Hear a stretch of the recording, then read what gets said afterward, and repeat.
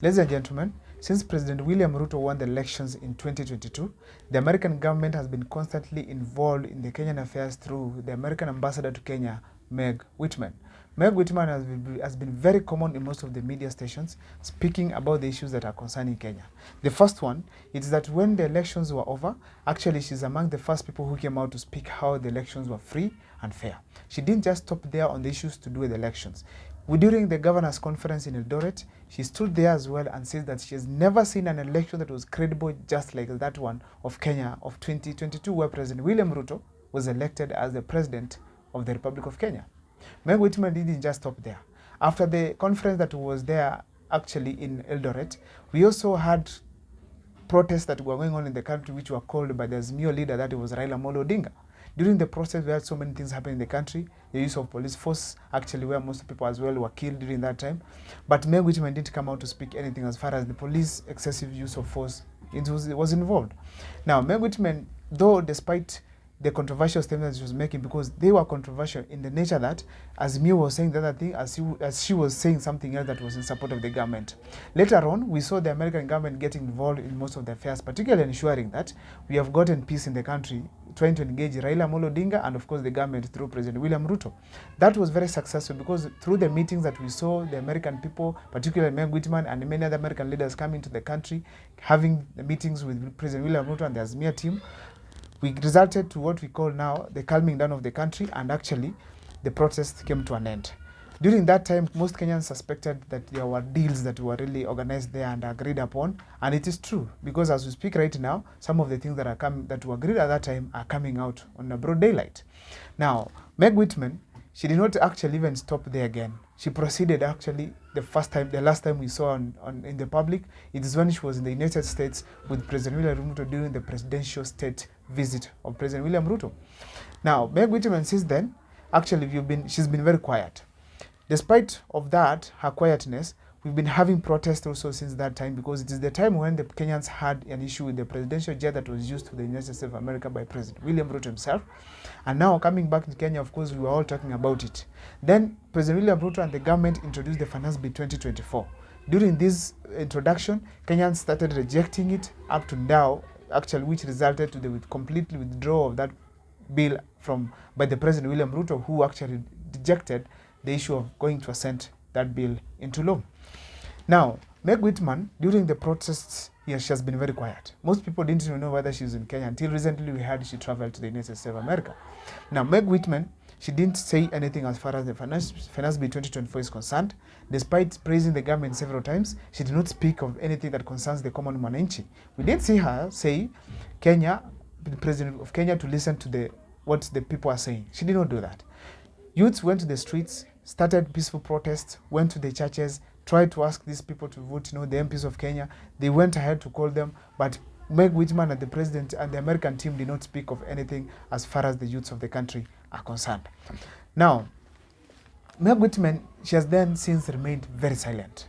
Nothing has been said from her, neither from the government of the United States of America. The Kenyan protest went on until we had the finance bill now. Actually, Kenyans occupying parliament, people being killed in the country, people being abducted, and actually now finally the president has decided not to assent the bill into law. So she has been very quiet. Nothing has been said from the American government until just yesterday when we had the Secretary of State who came out now to speak to President William Ruto and tell him the following things. The first one, he said that President William Ruto should allow protests to occur as per to the Constitution of Kenya. That was a warning because President William Ruto, he was against the protests that have been happening in the country. The second one, he said that he should order the police to stop using excessive force when handling the protests in the country. That was another warning, in particular to the government of Kenya and, of course, to President William Ruto himself. Because when the Secretary of State speaks, that is the American government speaking to Kenya.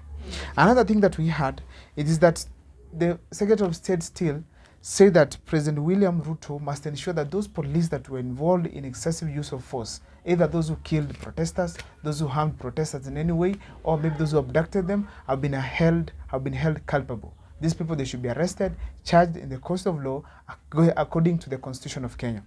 These were strong messages that were coming from the United States of America. was something that was unexpected, because considering the relationship between President William Ruto and the United States of America. Also considering that the document that we have in Kenya, it's alleged to come from the IMF, which is based in the United States of America. Therefore, it personally caught me by surprise, because I felt like, okay, so is the government of the United States of America now against President William Ruto? Have they turned against him? Now, on this video here today, I want to bring it clear if President William Ruto now has the support of the United States of America or not. But before I do so, kindly, if this is the first time you're watching our videos, make sure that you subscribe, like, and comment, because that is the best support you can always give this channel.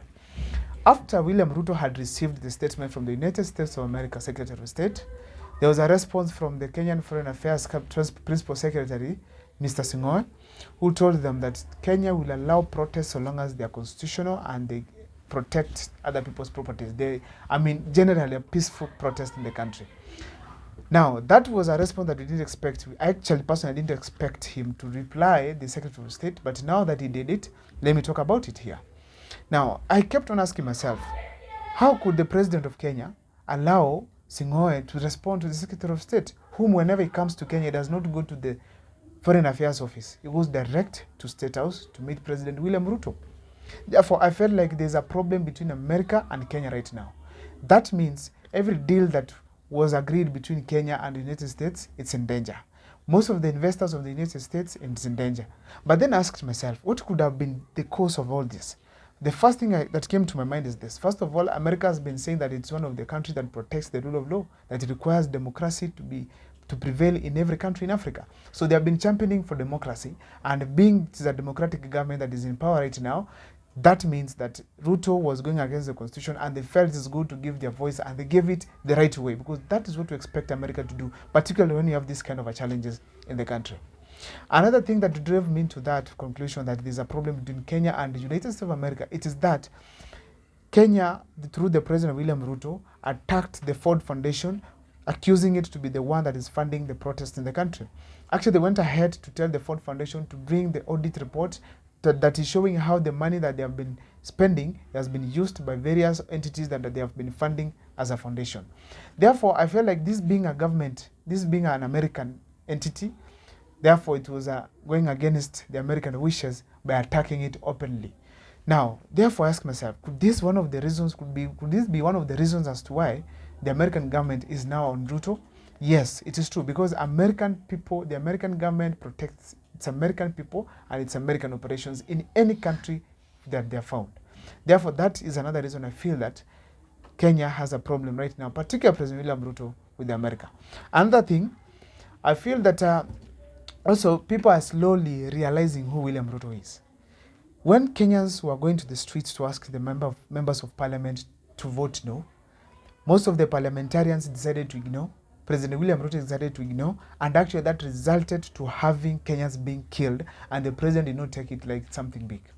That was something that really indicated to the entire world that indeed President William Ruto is a very ignorant, arrogant, and a very serious man when it comes to his protecting his interests. Therefore, I personally feel that, checking from that was a clear reason as to why the President of the United States of America, or even the government of America, could have turned against President William Ruto. The last thing that I consider there, it is that when people are killed, the president should always come out strongly to ensure that he has ensured at least this compensation. But since then, there are no serious steps that are being taken by the President of Kenya to ensure at least we have had compensation in the country. Neither have they stopped giving threats to those who are trying to demonstrate, and neither have they stopped abducting Kenyans, and neither have they even stopped killing, because every time there are protests, we are witnessing deaths of youths across the country. That is my video there and there. If this is the first time once again you're watching our videos, make sure to subscribe, like, and comment, because that's the best support you can always give this channel.